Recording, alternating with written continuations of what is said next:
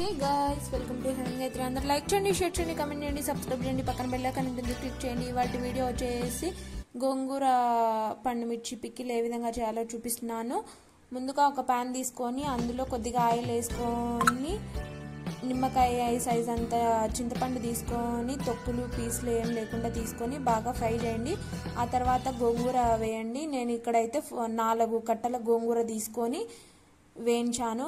బాగా మగ్గిన తర్వాత పక్కకు తీసుకొని ఒక పెనం తీసుకొని దాంట్లో వచ్చేసి 1 టేబుల్ స్పూన్ మెంతులు 1 టేబుల్ స్పూన్ జీలకర్ర వేసుకొని బాగా ఫ్రై చేసి మిక్సీ చేసి పక్కన పెట్టుకోండి. ఇక్కడ వచ్చేసి పండుమిరపకాయలు, బాగా ఎర్రటి పండుమిరపకాయలు ఉంటాయి కదా, అవన్నీ కడిగి తుడిచి పక్కన పెట్టుకొని ఈ విధంగా చిన్న ముక్కల్లాగా చేసుకోండి. చిన్నటి మనం పికిల్ చాలా రోజులు నిల్వ ఉంచుకోవాలనుకుంటున్నాం కాబట్టి బాగా తుడిచి ఆరిన తర్వాతనే చిన్న కట్ చేసుకొని మిక్సీలో వేసుకోండి. అవి వేసుకున్న తర్వాత ఒక పెద్ద ఉల్లిపాయ ఉంటుంది కదా, పెద్ద వెల్లుల్లి, అదంతా పొట్టు ఏం తీయకుండా అలాగానే వేసుకోండి.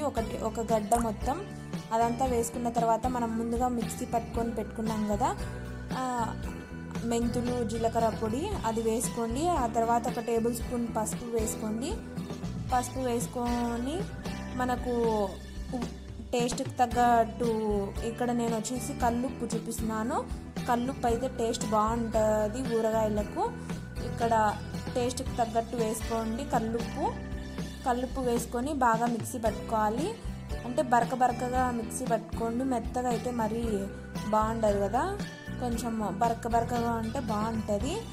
ముందుగా మనము ఏంచి పక్కన పెట్టుకున్నాం కదా గోంగూర మగ్గిచ్చి, అదంతా వేసుకొని బాగా మిక్సీ పట్టుకొని పక్కన పెట్టుకున్న తర్వాత ముందుగా మనం తిరువాత పెట్టుకోవాలి. ఇప్పుడు వచ్చేసి ఒక ప్యాన్ తీసుకొని అందులో కొద్దిగా ఆయిల్ ఎక్కువ వేసుకొని తిరువాత గింజలకు కరివేపాకు, ఎండుమిర్చి, తెల్లవాయలు, తర్వాత తిరువాత గింజలు అన్నీ వేసేసేయండి. వేసిన తర్వాత అవి కొద్దిగా ఇంగు వేసుకున్న తర్వాత మనం ముందుగా మిక్సీ పట్టి పక్కన పెట్టుకున్నాం కదా, అదంతా వచ్చేసి వేసి కలుపుకోండి. ఈ జాడీలో ఎత్తి పెట్టుకోండి. సబ్స్క్రైబ్ చేయండి, లైక్